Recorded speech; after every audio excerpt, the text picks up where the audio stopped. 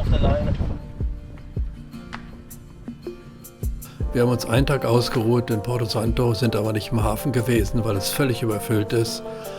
Und außerdem hat es geregnet. Wir fahren also heute weiter nach Madeira.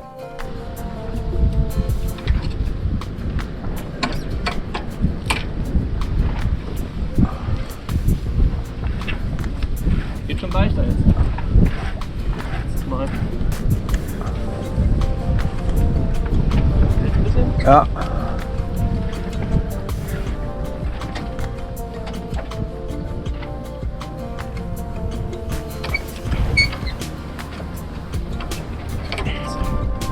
Gut. Ja, alles gut. Auf dem Weg von Porto Santo nach Madeira haben wir praktisch keinen Wind. 8 Knoten Wind von Achtern, aber relativ hohe See. Die Segel knallen wie verrückt. Also haben wir uns entschlossen, die Segel runterzunehmen, damit sie nicht so knallen und die Maschine anzumachen. Und dann fahren wir halt die 30 Meilen jetzt darüber. 5 Meilen sind wir gesegelt, aber immer so mit 2 bis 3 Knoten. Das wird zu wenig. Also wir fahren jetzt mit Maschine nach Quinta del Lorde. Wir sind hier am südöstlichen Kap von Madeira, gehen jetzt um die Kurve und da vorne ist Quinta del Lorde. Noch 2 Meilen bis zum Hafen. Ich war ja schon mehrfach in Quinta del Lorde. Der Hafen ist recht geschützt, es sei denn, der Wind bläst sehr stark aus westlichen Richtungen. Dann wird es vermutlich ungemütlich in diesem Hafen. Wir liegen direkt am ersten Steg, hier neben dem Katamaran.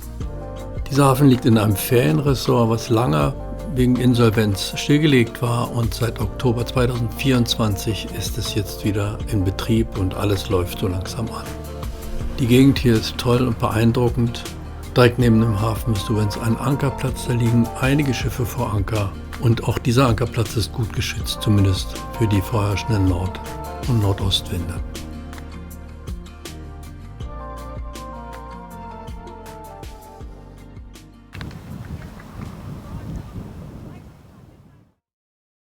Bevor es weitergeht mit der Segeltour der etwas längeren Strecke dann nach La Graciosa auf die Kanarischen Inseln, möchte ich doch ein paar Eindrücke von dieser faszinierenden Insel hier zeigen. Floating, weightless, underseas,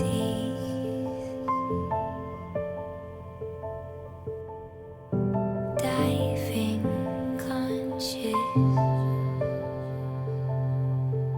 like a dream.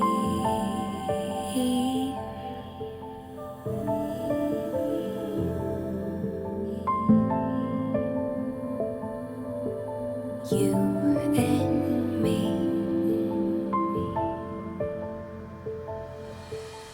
Warum macht man das eigentlich? Segeln ist doch viel einfacher. Ja, wahrscheinlich ist es einfacher, hier hoch zu segeln, als hoch zu laufen. Die Steigung hier. 50 Grad mindestens.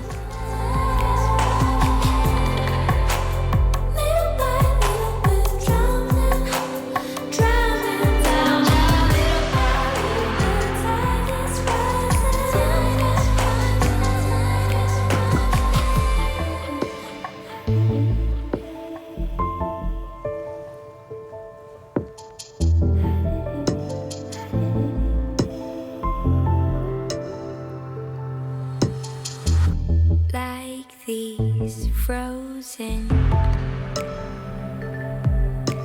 melodies,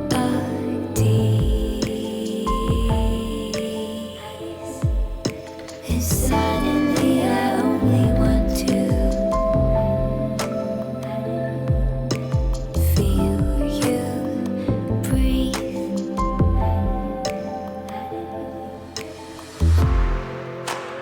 Little by little, we're drowning, drowning down.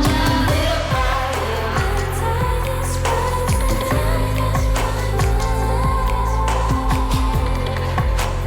Little by little, we're drowning, drowning down. Little by little, the tide is rising.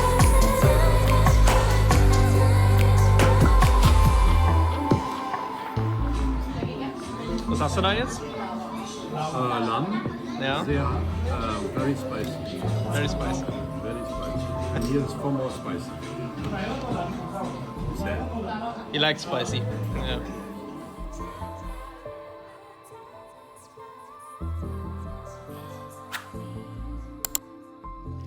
Heute ist der 30. Oktober 2024. Wir fahren jetzt wieder los nach einer Woche hier in Quinto do Lorde. Ziel ist La Graciosa auf den Kanarischen Inseln mit sehr, sehr wenig Wind.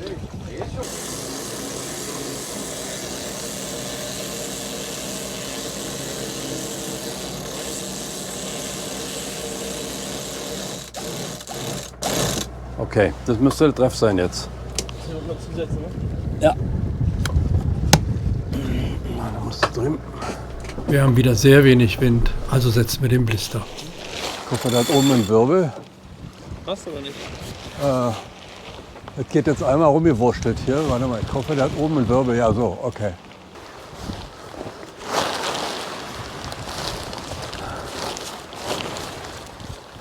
So, nach ungefähr 45 Minuten steht der Blister und zieht ordentlich.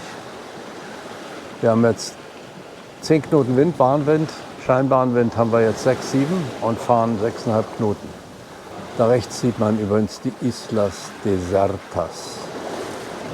Die lassen wir westlich von uns, das heißt, wir fahren östlich vorbei.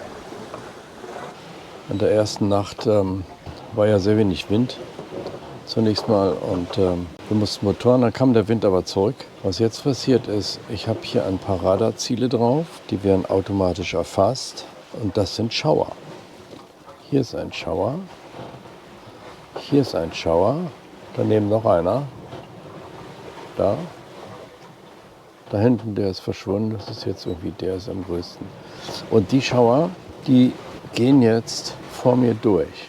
Also falls das nicht klar geworden ist, der Strich zeigt an, wo sich das Objekt hinbewegt im Vergleich zu meinem Schiffsort. Mein Schiffsort ist hier in der Mitte. Also diese beiden Objekte oder auch Schauer oder was auch immer es ist, gehen vor mir durch. Dieses hier zieht nach hinten weg. Also ich bin quasi schneller. Das hat sich hier nicht richtig entschieden. Eben ging es nach vorne, jetzt geht es nach hinten. Das bleibt wahrscheinlich da, löst sich auf. Also der Strich zeigt an, in welche Richtung im Verhältnis zu mir sich dieses Objekt bewegt. Und in welchem Abstand hier es an mir vorbeigeht.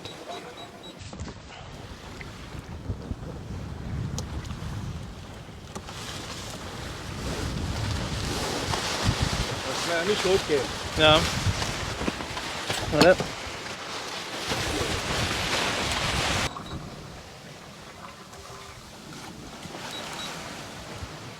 Mal grad rüber.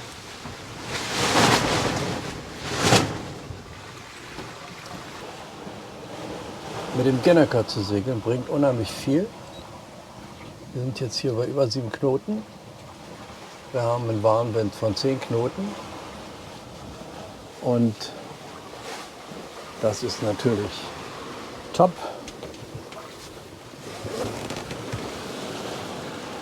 Das steht gut. Und ich steuere quasi mit dem Wind elektrisch. 92 Grad am Wind und er steht wirklich tipptopp.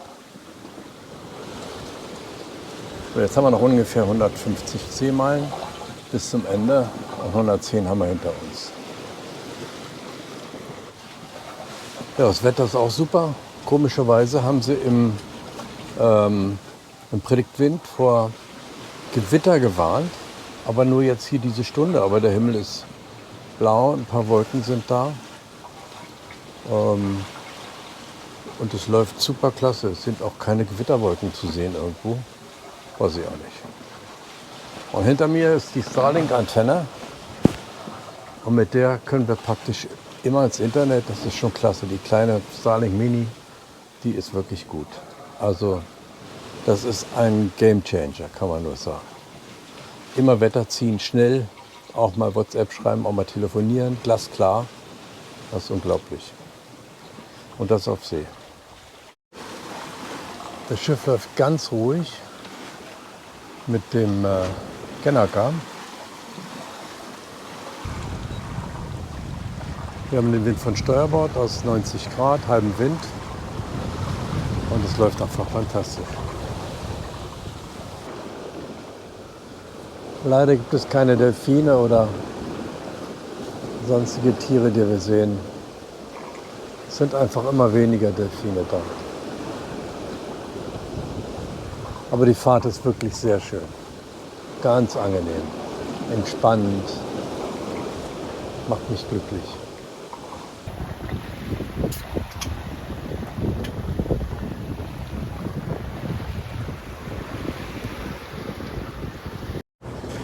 Oh, da hinten ist, noch einer. Ja, Delfine, jetzt sind sie schon wieder weg. Gerade sind sie gekommen und jetzt hauen sie nach hinten ab wieder. Schade.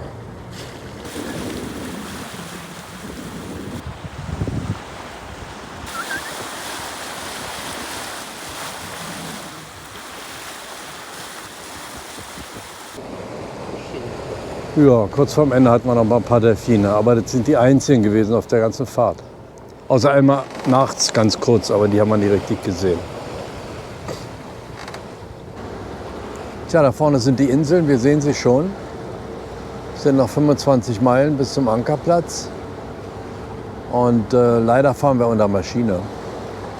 Auch schon die halbe Nacht, weil der Wind hat total abgenommen. Wir haben noch 5, 6 Knoten Wind von hinten. Heute Morgen haben wir einen Versuch gemacht, noch Segel zu setzen und mit dem Schmetterling praktisch zu fahren, Wing to Wing.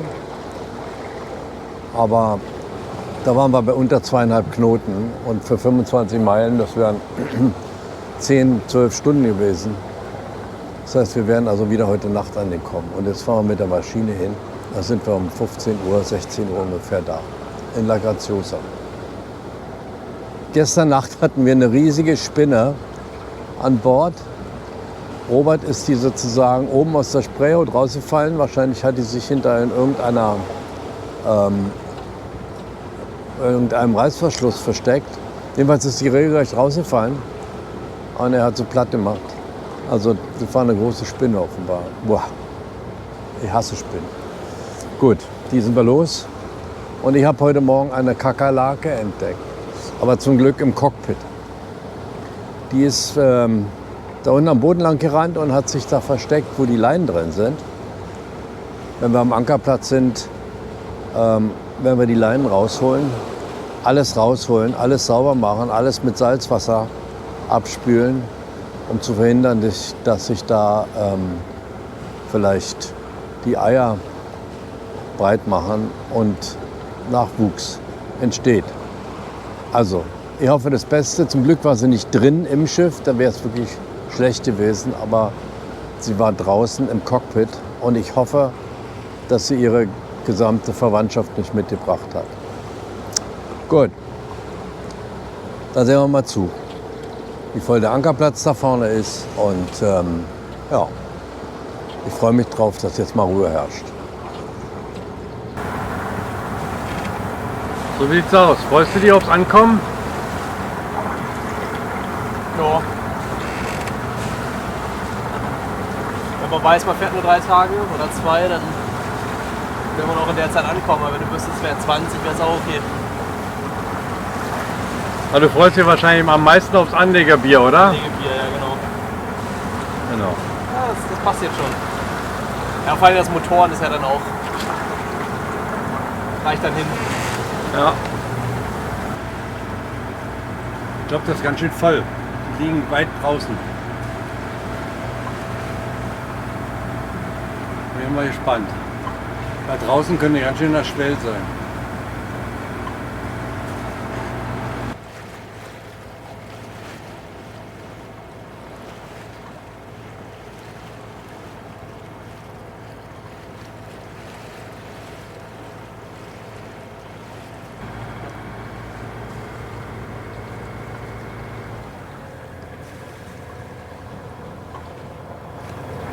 Ich würde sagen, links von den beiden Seglern da und links von uns aus gesehen, links davon ist der Katamaran oder dazwischen können wir mal gucken, wie tief es da ist.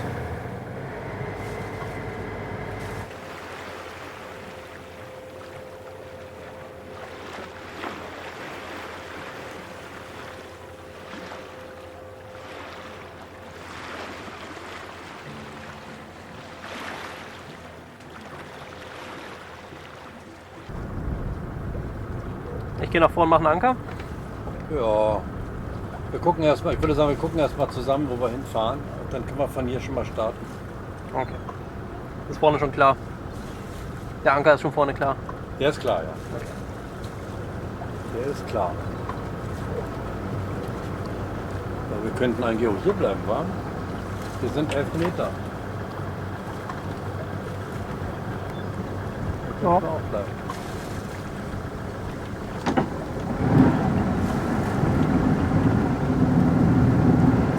Ich würde sagen, wir bleiben hier. Fahren ein Stück zurück.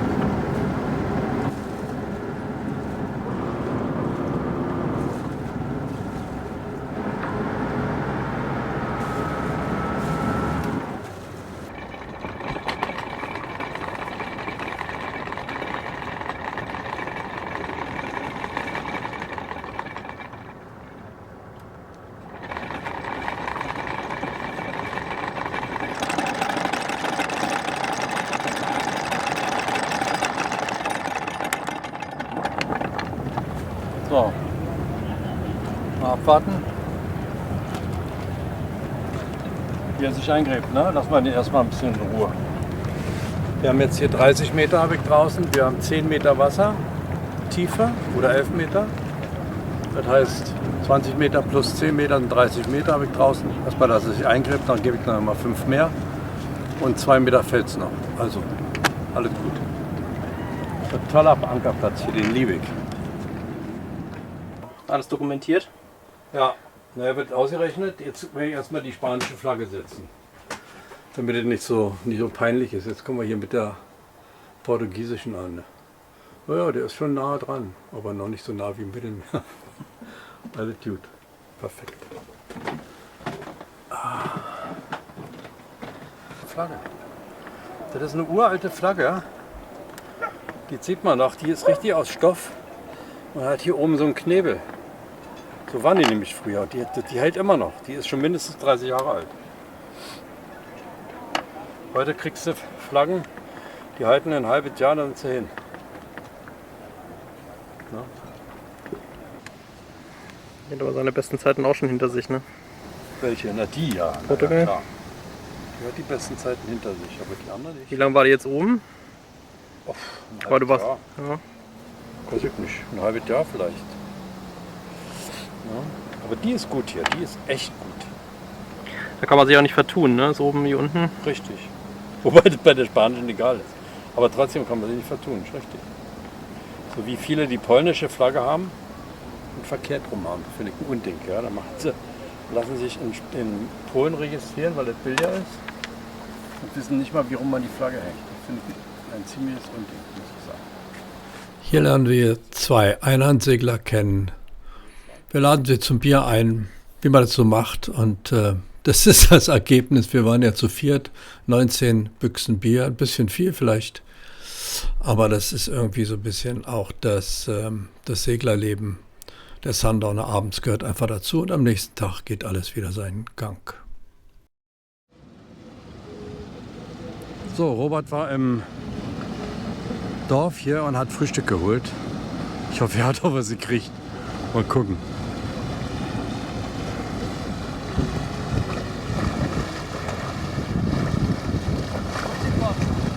Ha?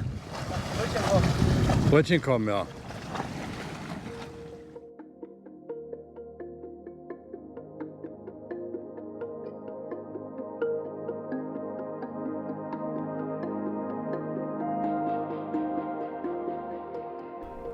La Graciosa ist wirklich eine faszinierende Insel mit ihrem Vulkankegel, die wüstenartige Struktur und Landschaft. Ganz, ganz beeindruckend finde ich und deswegen zeige ich hier ein paar Eindrücke von dieser tollen Insel aus der Luft.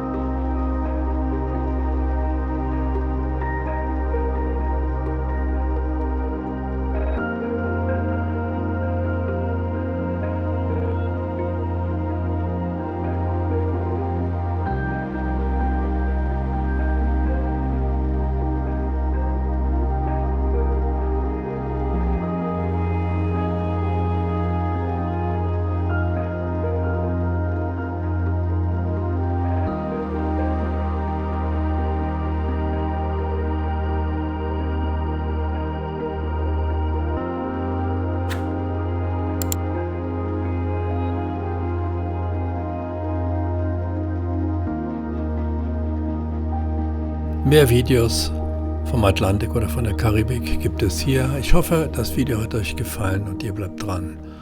Bis dahin, ciao von der Kokon.